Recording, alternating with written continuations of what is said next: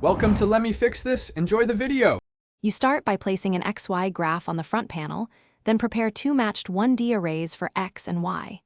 Connect numeric arrays of equal length. This ensures points plot correctly. Once done, convert arrays into the graph's expected format, either a 2D array with 2 rows or a cluster that the XY graph accepts. Make sure you set data types consistently, because mismatched types produce errors. Now wire that bundled data out to the XY graph terminal to see initial points appear. Next, refine how the graph draws your data so the visualization is meaningful. You can change color, line thickness, and marker style in properties. This helps distinguish series. For live data, place your array logic inside a for loop or producer/consumer structure and update the graph each iteration.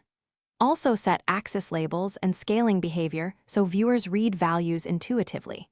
If you plan to overlay multiple traces, bundle each series consistently and update the legend so each trace is identifiable. Finish by running controlled tests. Feed a simple X sequence and confirm Y maps correctly. This verifies data ordering and format. Once satisfied, optimize performance, reduce update rate, decimate points, or use property nodes to append data rather than full redraws.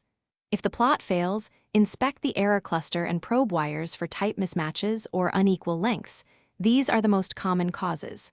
Finally, save a VI template with your graph settings so future projects start from a known good configuration. Thanks for watching. If you found this helpful, don't forget to like and subscribe.